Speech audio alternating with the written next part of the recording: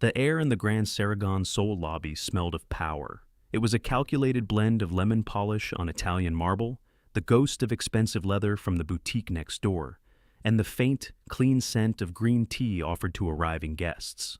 For Zora Evans, standing at her concierge post, it mostly smelled like survival. Her uniform was a cage of gray wool, impeccably tailored to convey a serviceability she felt deep in her bones.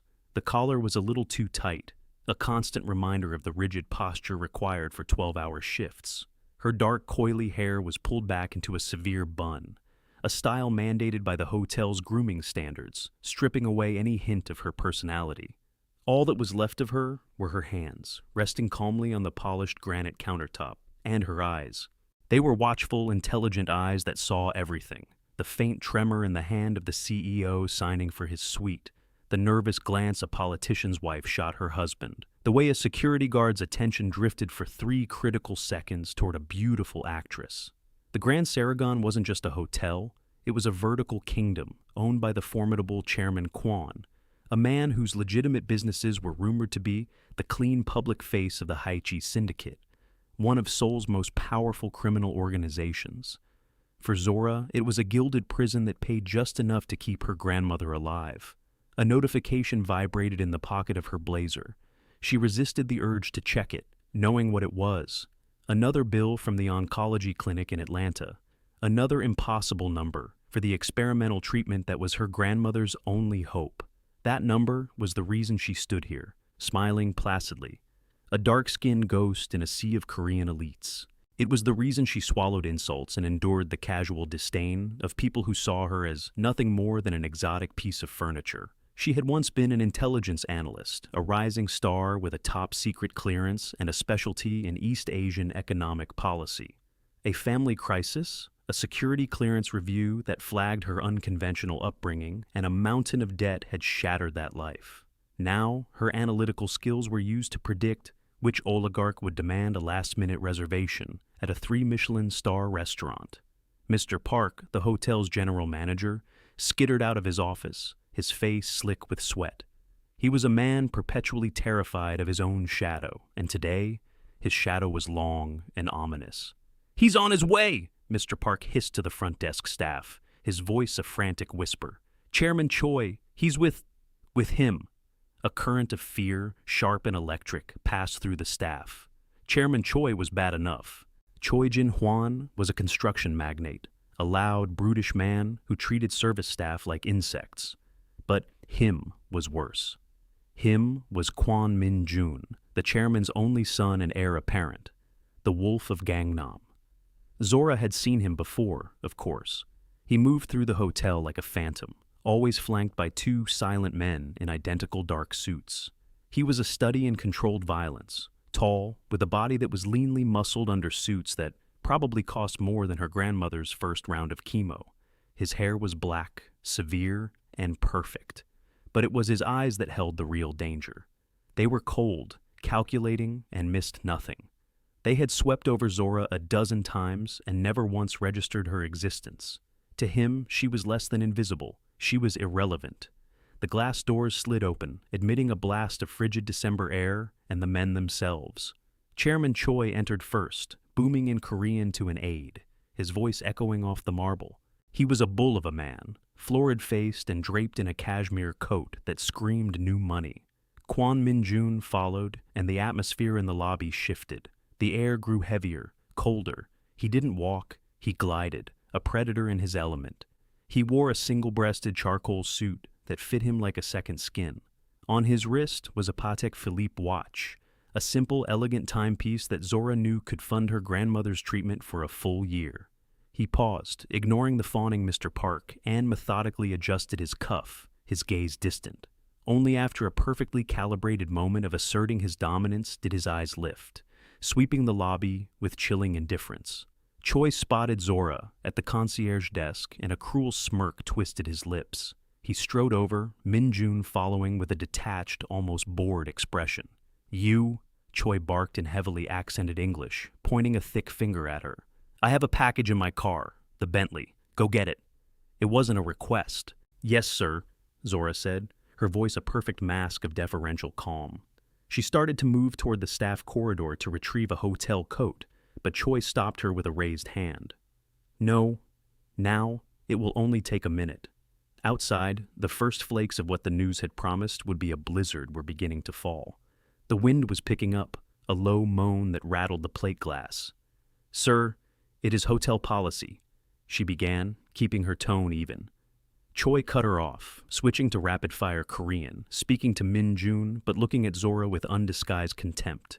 "Look at this thing. They hire anyone these days. Probably doesn't even speak a word. Useless." He turned back to her. "My driver has the key. Now." Zora's jaw tightened almost imperceptibly. She bowed her head slightly. "Yes, sir." As she walked toward the main entrance, Choi's voice followed her, again in Korean, this time to his own aide. "Take her coat.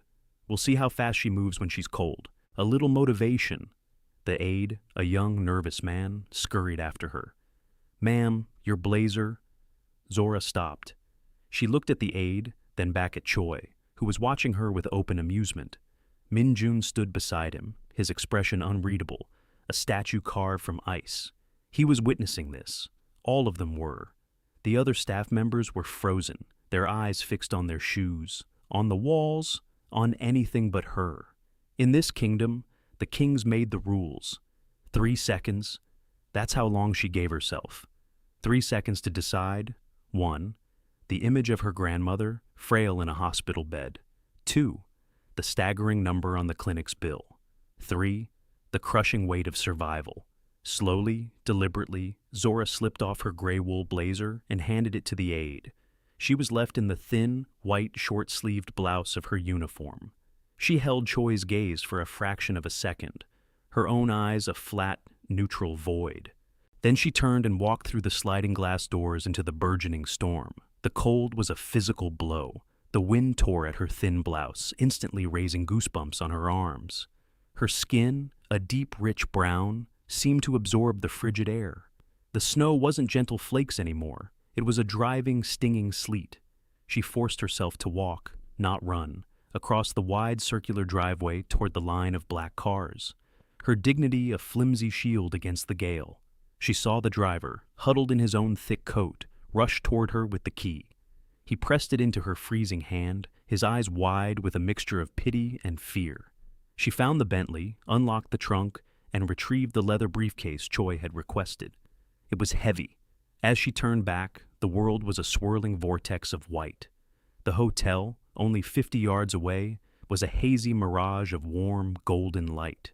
Her arms were numb. A shiver racked her body, a violent, uncontrollable tremor. She clutched the briefcase to her chest, hoping its bulk would offer some protection. It didn't. She reached the glass doors, and they didn't slide open. She pushed. Nothing. She looked through the glass and saw Choi's aide standing inside, his face pale with alarm. He wouldn't meet her eyes. She saw Choi himself, laughing with another man, his back to her. He had told them to lock it. Panic, cold and sharp as the wind, tried to claw its way up her throat. She beat it down. Panic was a luxury. She looked for another entrance, but the front of the hotel was a seamless wall of glass and steel. Her breathing was becoming shallow. The cold was no longer on her skin. It was inside her, seeping into her muscles, her bones. Black spots danced at the edge of her vision. She pressed her face to the glass, her breath fogging a small circle. Through the swirling snow and the distorted pain, she saw him. Kwon Min Jun. He hadn't moved. He was still standing like a sentinel, watching the entrance, watching her. Their eyes met through the glass. There was no pity in his gaze, no anger, just a flicker of something she couldn't name, an assessment. Then the world tilted. The golden lights of the lobby blurred into a single, blinding smear. The weight of the briefcase pulled her down. Her knees buckled. The last thing she felt was the brutal, unforgiving cold of the marble steps as the darkness took her completely. The silence that followed inside the lobby was absolute. It was the silence of a held breath, of 100 people witnessing an act of casual cruelty and doing nothing. Chairman Choi's laughter died in his throat. He hadn't expected it to go this far. This was supposed to be a small show of power, an amusing diversion. Not this. Mr. Park wrung his hands, his face the color of ash. "Sir, We must. But it was Kwon Min-jun who moved. He didn't shout. He didn't rush. He turned his head slowly and looked at Choi's aide, the one standing by the locked door. His voice was deadly quiet, carrying across the cavernous space. Open it! The aide fumbled with the security panel, his fingers trembling too much to key in the code. Min-jun's bodyguard stepped forward, shouldered the man aside, and swiped a card. The doors slid open. Min-jun walked out into the blizzard as if it were a mild spring day. He didn't even seem to notice the wind that whipped his perfect suit. He knelt beside Zora's crumpled form, the dark fabric of his trousers instantly covered in white. He brushed the snow from her face with an oddly gentle gesture. Then, with an economy of motion that was almost shocking, he slid one arm under her knees and the other behind her back, lifting her in the briefcase she still clutched. He carried her back inside, her head lolled against his chest, her dark skin a stark contrast to his crisp white shirt. The entire lobby watched, frozen, as he walked past the concierge desk, past the elevators, and toward a private corridor marked with a simple silver K. He didn't look at anyone, not at Choi, whose face was now a mask of fury and fear, not at Mr. Park, who looked ready to faint himself. His focus was entirely on the unconscious woman in his arms. Just before the door to the corridor closed behind him, he spoke one more time, his voice still quiet, but now laced with something as cold and hard as steel. He spoke in Korean. Choi Jin-hwan, my office. In 1 hour, we have things to discuss. The door clicked shut, leaving a stunned, silent lobby in its wake. The power dynamic had just been rewritten, and no one was sure why. All they knew was that the invisible concierge was suddenly at the very center of it all. Consciousness returned in fragments. First, the scent. Not the chemical sterility of a hospital, but something clean and subtle. Sandalwood, old paper, and the faint aroma of brewed barley tea. Then, warmth. A deep, penetrating warmth that felt impossibly luxurious. She was lying on something soft, silk, she registered with some distant part of her mind, and covered by a thick down comforter. Zora's eyes fluttered open. She wasn't in a hospital room. She was in a vast, minimalist bedroom that looked more like an art gallery. The walls were a serene gray, adorned with a single, large, ink-wash painting of a bamboo forest. The furniture was dark, heavy wood, exquisitely crafted. A floor-to-ceiling window revealed a breathtaking panoramic view of Seoul, the blizzard now a beautiful silent blanket over the city lights. A man in a crisp white coat was checking a drip attached to her arm. A doctor. "Welcome back, Ms. Evans," he said in gentle, unaccented English. "You have a severe case of hypothermia and exhaustion. We've been warming you slowly. Your core temperature is almost back to normal. You're very lucky." Zora tried to sit up, a surge of alarm running through her. Where was she? Whose house was this? "Easy," the doctor said, pressing a hand to her shoulder. "You need to rest." From a shadowy corner of the room, a voice spoke, low and resonant. "Let her sit up if she wishes." Kwon Min-jun stepped into the soft light of the bedside lamp. He had removed his suit jacket and rolled up the sleeves of his white shirt, revealing strong forearms and a web of faint, silvery scars near his left wrist. He held a glass of amber liquid, likely whiskey. His face was as impassive as ever. "Where am I?" Zora's voice was a rough whisper. "My private residence. It occupies the top 3 floors of the hotel," he stated, as if it were the most obvious thing in the world. He took a slow sip of his whiskey, his eyes never leaving hers. "The doctor says you will make a full recovery. My grandmother," the thought of the bills, of losing this job, was a fresh wave of cold. "Your employment is not terminated," Min-jun said, anticipating her fear. It wasn't a reassurance, it was a statement of fact. "This incident is an internal matter. You will be compensated for your trouble, a significant amount.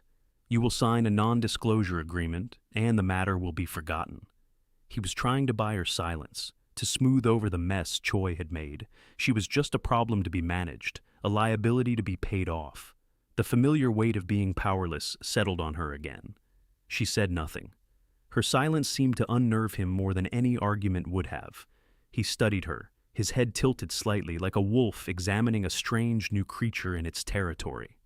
"You are a concierge," he said, more a question than a statement. Your file says you have been with us for 18 months. Before that, it's blank. Sealed juvenile records. Zora's blood ran cold. He had already pulled her file. Of course he had. Her upbringing with her foster father, a small-time Busan bookmaker named Mr. Kang, had been scrubbed, but a man like Kwon Min-jun could unseal anything. Before she could formulate a reply, a frantic knock sounded at the door. One of Min-jun's silent guards opened it to reveal a flustered Chairman Choi. "Min-jun-si, I must speak with you." Choi blustered, striding into the room without being invited. He stopped short when he saw Zora, awake and alert in the bed. A flash of venom crossed his face before being replaced by a sycophantic smile. He bowed deeply to Min-jun. "I came to offer my deepest apologies," he said in Korean, his voice oozing false sincerity. "It was a terrible misunderstanding, a joke that went too far. I am prepared to compensate the girl generously." He then turned to Zora, but his words were for Min-jun. "You see, the poor thing, she's probably terrified. We'll give her some money, send her on her way. No harm done." Min-jun remained silent, swirling the whiskey in his glass. He was letting Choi talk, letting him dig his own grave. Emboldened by the silence, Choi continued, his voice dropping to a conspiratorial tone, still speaking in rapid, idiomatic Korean. He clearly assumed Zora was nothing more than a piece of furniture in the room. "Honestly, Min-jun-si, this is a distraction. We have more important things to finalize. The board vote is in 2 days. My block is secure. With your father's declining health, we need to move decisively to acquire the Incheon port logistics. My people have already secured the preliminary contracts.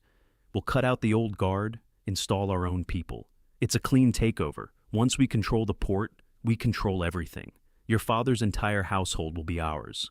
He was admitting to a hostile takeover, right here, in front of her. The sheer arrogance of it was breathtaking. He saw her, but he didn't see her. She was a black woman, an American, a concierge. In his world, she was incapable of understanding the intricate power play he was laying bare. Zora remained perfectly still. She felt Min-jun's eyes on her, watching her reaction. She kept her face a blank mask. Inside, a cold, hard fury was crystallizing, sharpening into a diamond point. This man had tried to freeze her to death for his own amusement. Now he was using her supposed ignorance as a shield to plot the downfall of the man who had, for whatever reason, saved her. Choi finished his speech with a self-satisfied smirk. "So, you see, this little incident with the girl is trivial. Let's focus on what matters." The silence in the room stretched. 1 second. 2. Zora took a slow breath. She looked from Choi's smug face to Min-jun's watchful one. The decision was made. The cost of survival had just become too high. Dignity had a price, and she was finally ready to pay it. She pushed herself up, her movements slow but deliberate. She looked directly at Chairman Choi. Her voice, when it came, was no longer a whisper. It was calm, measured, and laced with the hard, rhythmic cadence of a Busan dialect. She spoke in perfect Korean. Not his entire household. Chairman Choi froze. The color drained from his face, leaving it a pasty, mottled gray. His jaw went slack. It was as if she had physically struck him. Zora continued, her voice as cold as the blizzard outside. She added a piece of criminal slang her foster father had often used, a term for untrustworthy partners. "You don't have the votes from the Incheon branch. Director Kim is a paper tiger, but he's loyal to the old chairman. And you seem to have forgotten the Jeom-eun Meo Rai, the black-haired beasts. The dock workers' union. They answer to Chairman Kwon and only Chairman Kwon. Your contracts aren't worth the paper they're written on without their blessing."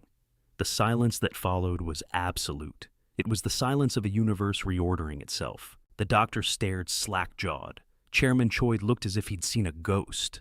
But it was Min-jun's reaction that was most profound. The icy mask didn't just crack, it shattered.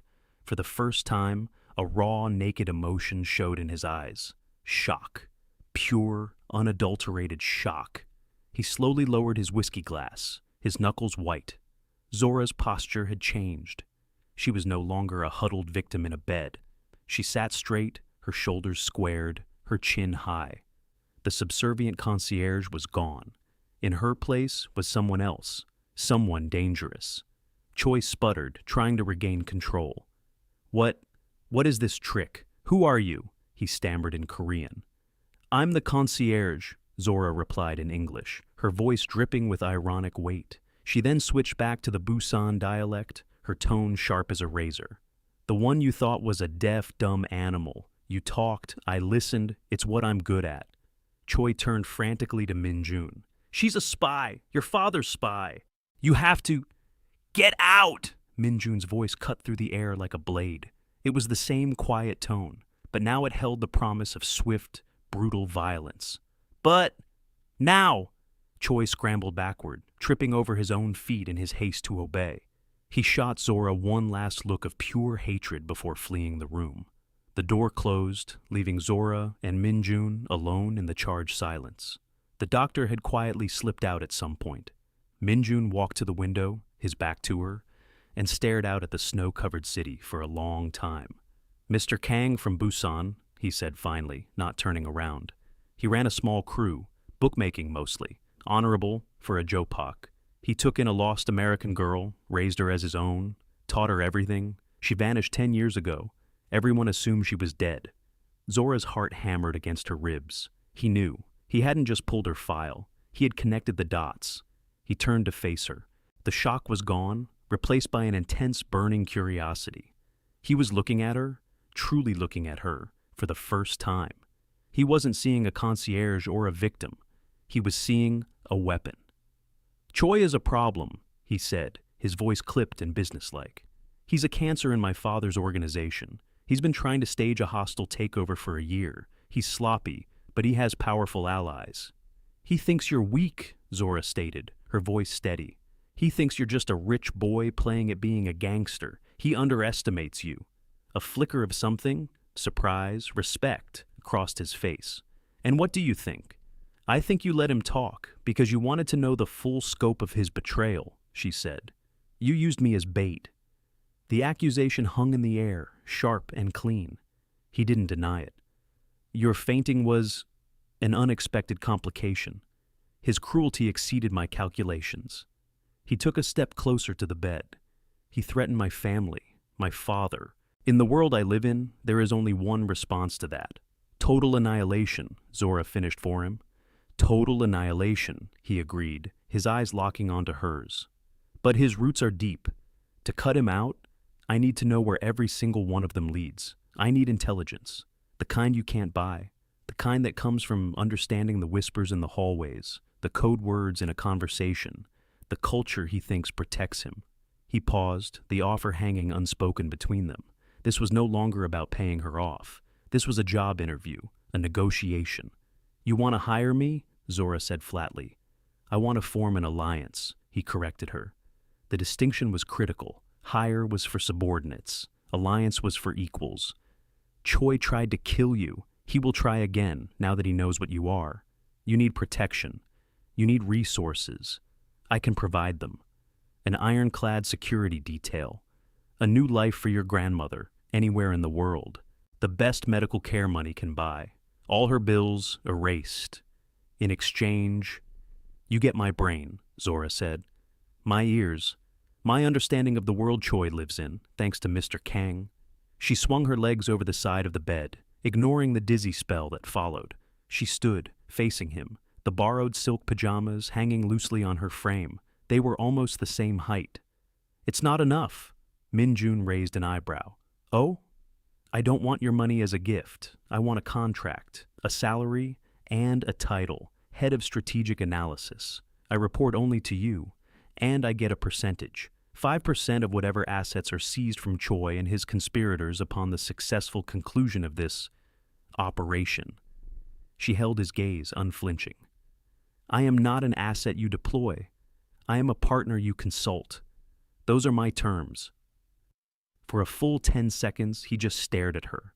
A slow smile, so faint it was barely there, touched the corner of his mouth. It transformed his face, making him look younger and infinitely more dangerous. Mr. Kang taught you well, he said, his voice laced with grudging admiration. He extended a hand.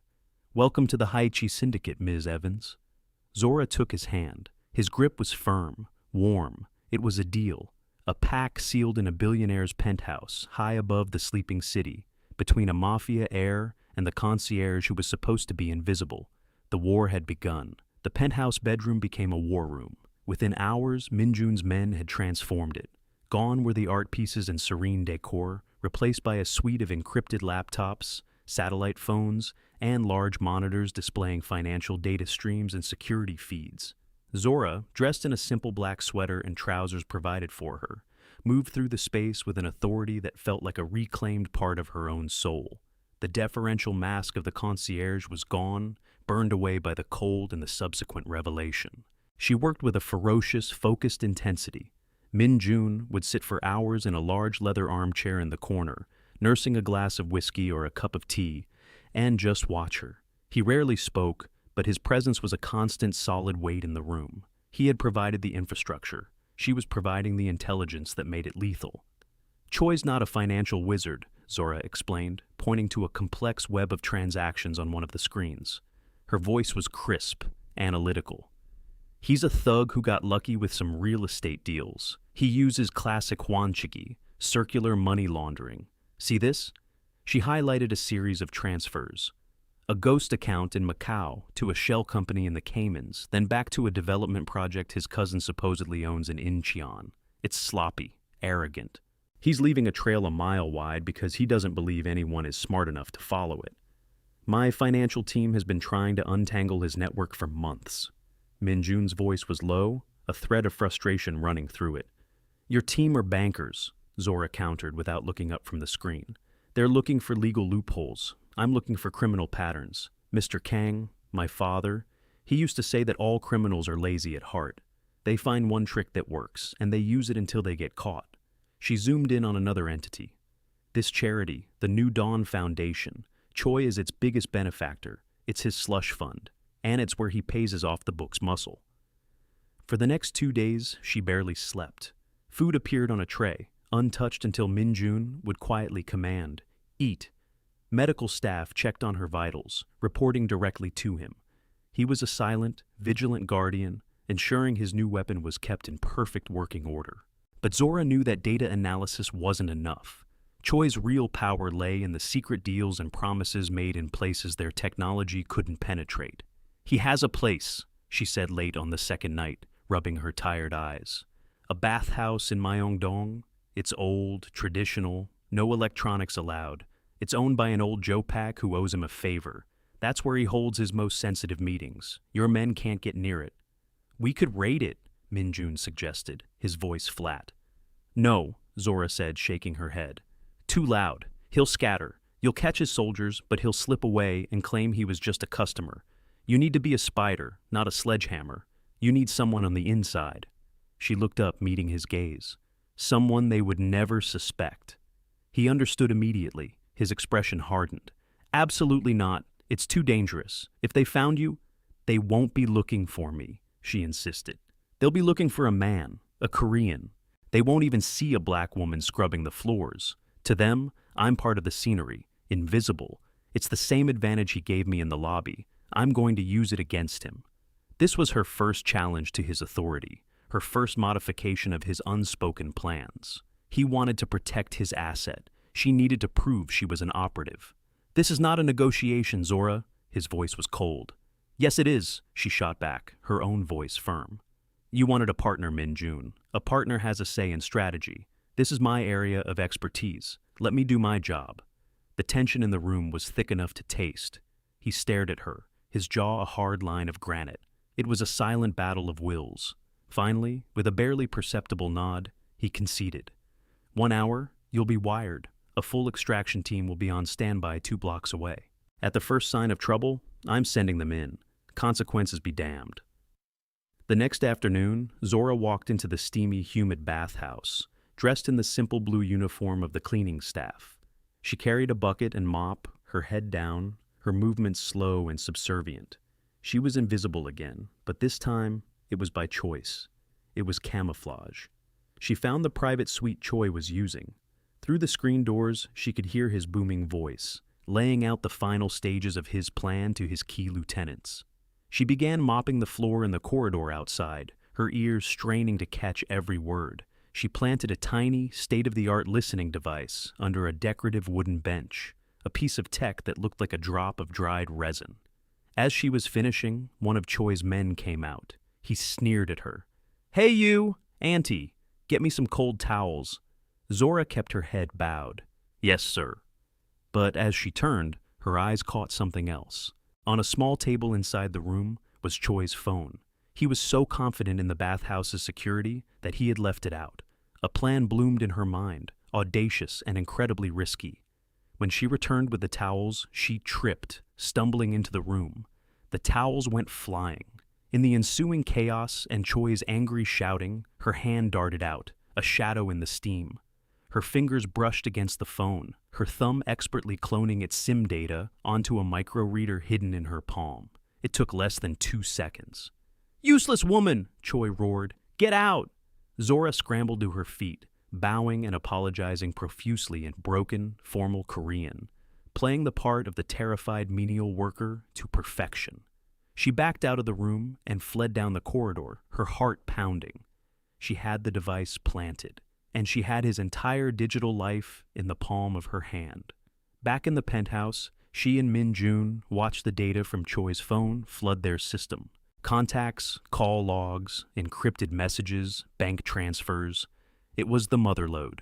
"He's targeting your father," Zora said, her voice grim. She pointed to a series of coded messages.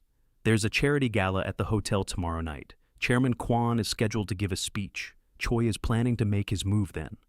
"Assassination?" Min Jun's voice was pure ice. "Or a public humiliation.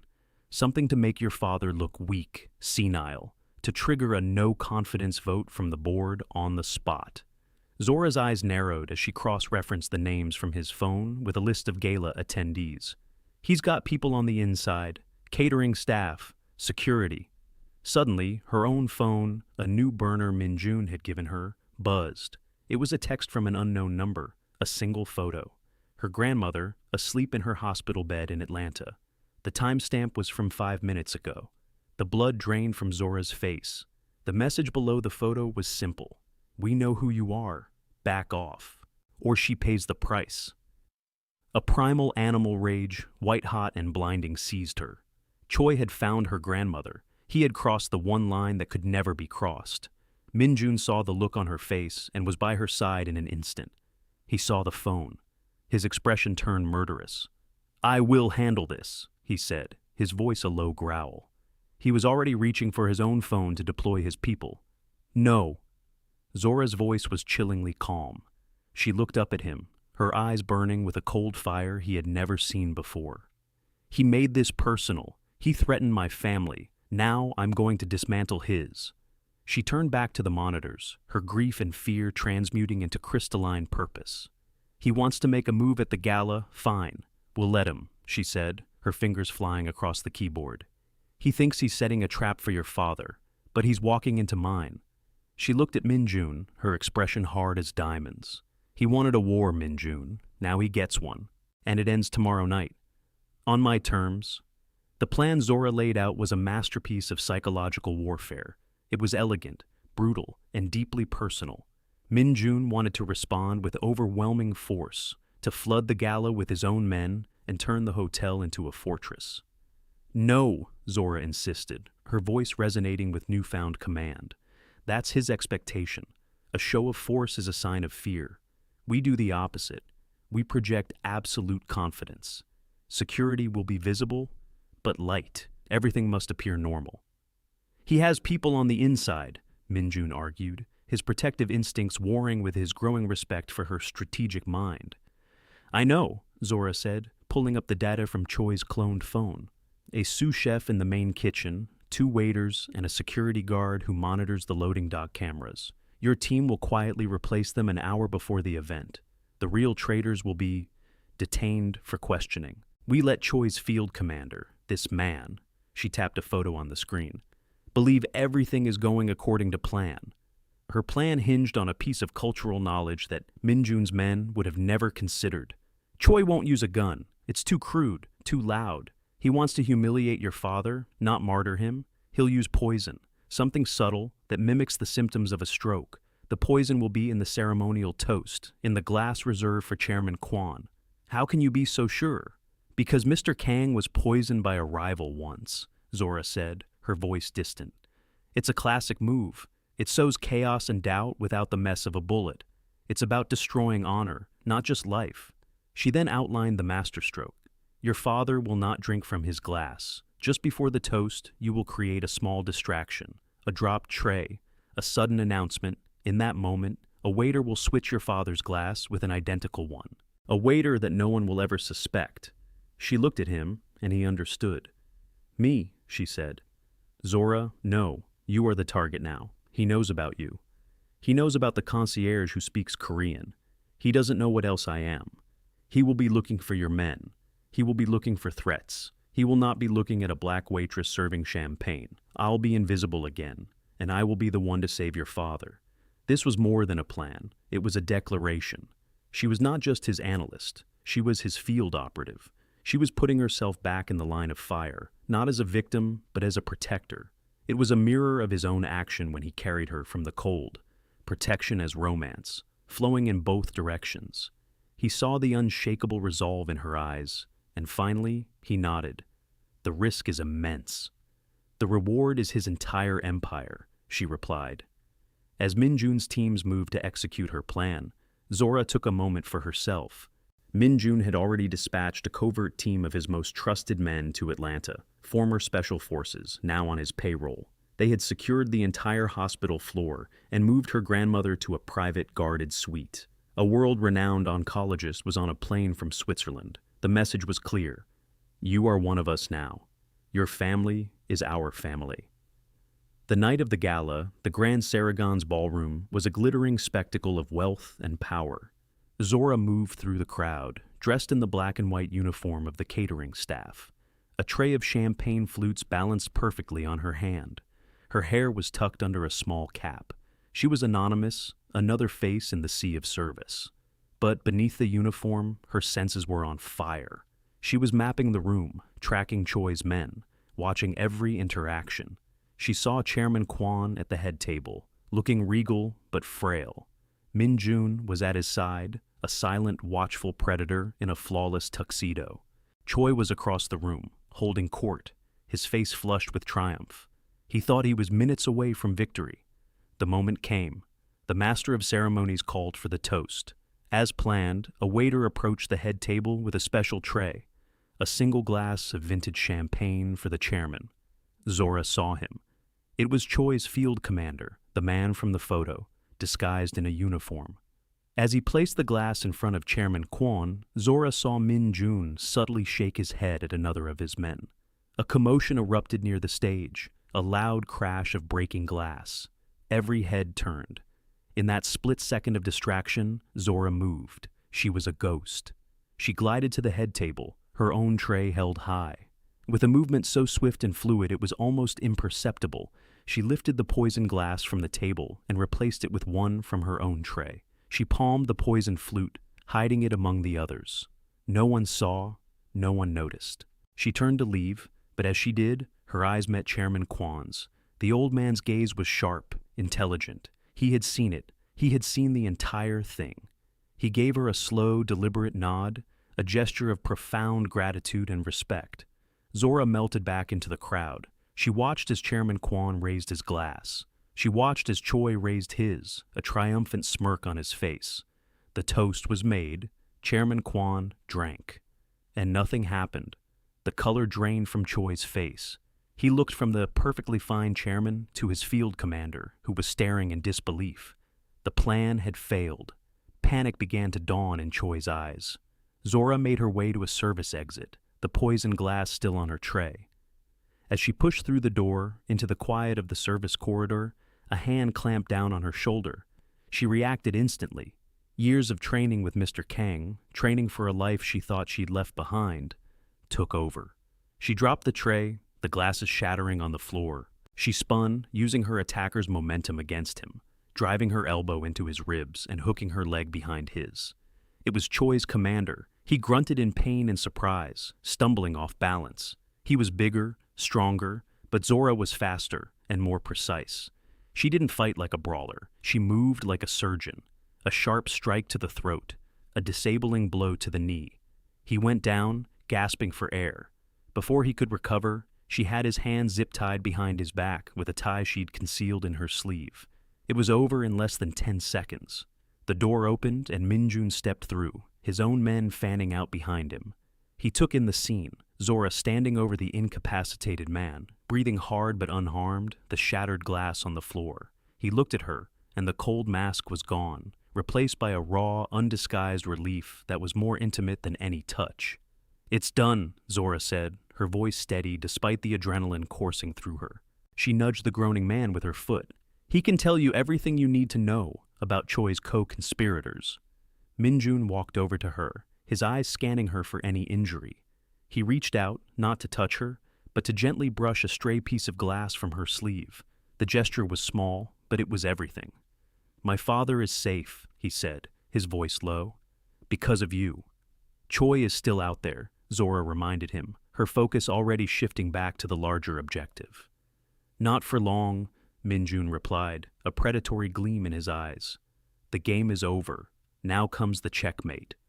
He looked at her, a silent question in his eyes. He was asking for her plan. Zora looked past him, toward the sounds of the gala still filtering through the door. "The annual shareholders meeting is in 2 days," she said. That was his original endgame. It will still be his endgame. A cold, dangerous smile touched her lips. "Let's give him the stage he so desperately wants."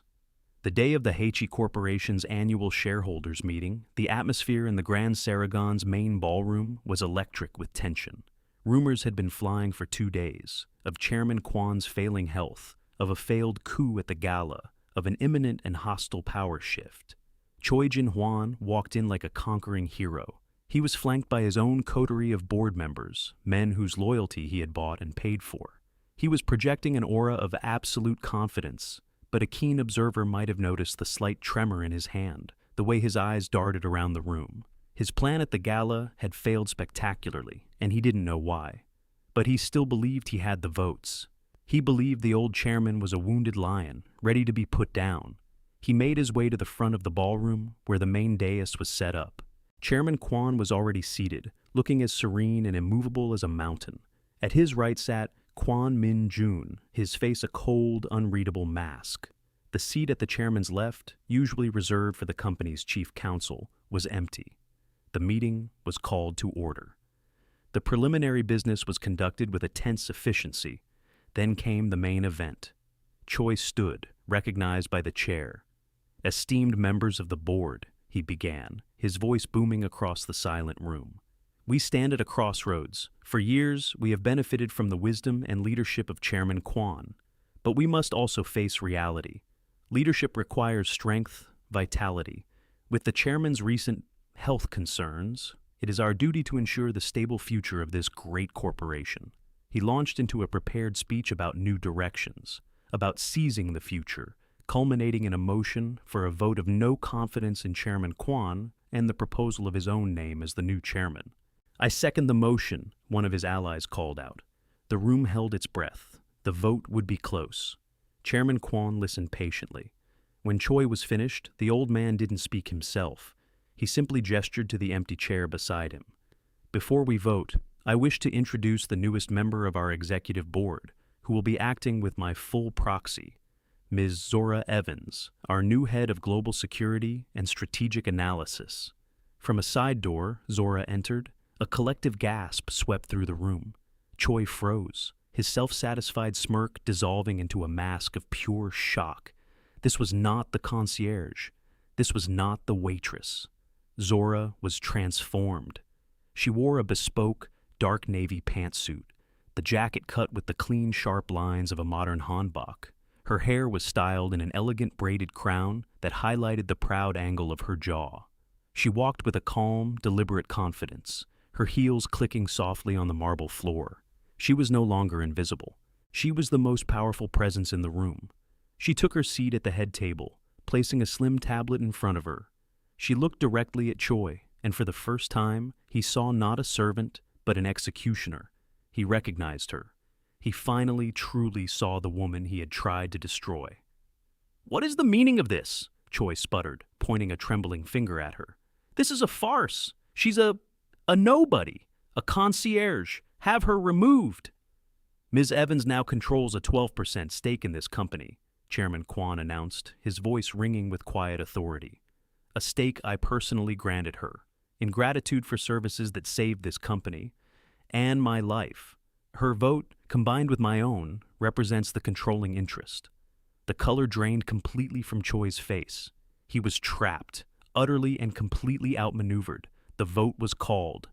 When her name was announced, Zora stood. But she didn't just cast her vote. She walked to the podium, displacing the stunned meeting secretary. She looked out at the sea of powerful, wealthy faces. Then she looked at Choi. She began to speak, her voice calm and clear, amplified by the microphone. She spoke in Korean, not the formal, stilted Korean of a boardroom, but the hard, slang-filled dialect of the Busan streets, the language of the Jopak world that both she and Choi understood. There is a concept among the men my father knew, she began, her words a shock to the assembled elites. It is called uiri, loyalty, honor. It is the bond that holds everything together. Chairman Choi speaks of the future. Let's speak of the past. Without notes, without slides, she began to dismantle him.